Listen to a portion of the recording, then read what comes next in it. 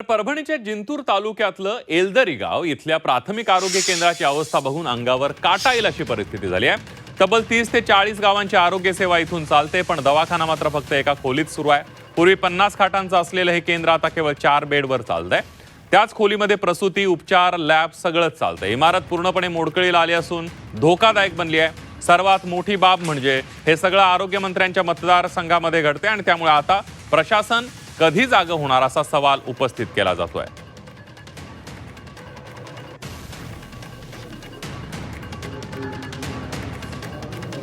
मी सध्या परभणीच्या या जिंतूर तालुक्यातील एलदरी येथील या प्राथमिक आरोग्य केंद्रासमोर बघताय की या संपूर्ण आरोग्य केंद्राची अशा प्रकारे दुरावस्था झाली। संपूर्ण हे आरोग्य केंद्र पडण्याच्या मार्गावर आहे। संपूर्ण इमारतीची दुरावस्था झालेली आहे। आपल्याला वाटत असेल की एक इमारत आहे, मात्र संपूर्ण आपल्या ठिकाणी खंडर पाहायला मिळते। संपूर्ण जवळपास 5 वर्षापासून ही इमारत अशाच प्रकारे नादुरुस्त आहे, संपूर्ण बंद पडलेली, कधी कोसळेल याचा नेम नाही। येथील जे आरोग्य कर्मचारी त्यांना आपला जीव धोक्यात घालून या ठिकाणी उपचार करावे लागतात। सगळ्यात महत्वाचं म्हणजे सार्वजनिक आरोग्य मंत्री मेघना बोर्डीकर यांचा हा मतदारसंघातील हे गाव आहे आणि यांच्याच आरोग्य मंत्र्यांच्या जिल्ह्यामध्ये येथील नागरिकांना चांगले उपचार मिळत नाहीत अशी गंभीर परिस्थिती या ठिकाणी पाहायला मिळते। सगळ्यात महत्वाचं म्हणजे परभणी हिंगोली जिल्ह्याच्या सीमेवर असलेलं हे एलदरी गाव आहे आणि महामार्गाला जोडणारा हा प्रमुख रस्ता आहे। या मार्गावरती मोठ्या प्रमाणात जे आहे ते अपघात होत असतात। अनेक वेळा अपघातात अनेकांना आपला जीव गमवावा लागलेला आहे आणि या ठिकाणी उपचार मिळत नसल्यामुळे नागरिकांची अशी ओरड आहे, या आरोग्य केंद्राची इमारत नव्यानं बांधकाम करावं अशी मागणी आता येथील आरोग्य जे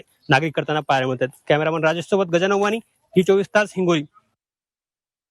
या प्राथमिक आरोग्य केंद्राकडे सन्माननीय तालुका आरोग्य अधिकारी व जिल्हा आरोग्य अधिकारी यांचं पूर्णपणे दुर्लक्ष आहे। आपण जर पाहिलं असेल तर पूर्ण दवाखाना हा एकाच छताखाली भरतो।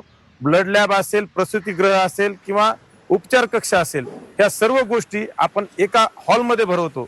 एका सभा मंडपामध्ये हॉल भरवल्यासारखं, दवाखाना भरवल्यासारखी परिस्थिती आहे आणि निश्चितच जनतेची गैरसोय करणारी गोष्ट आहे।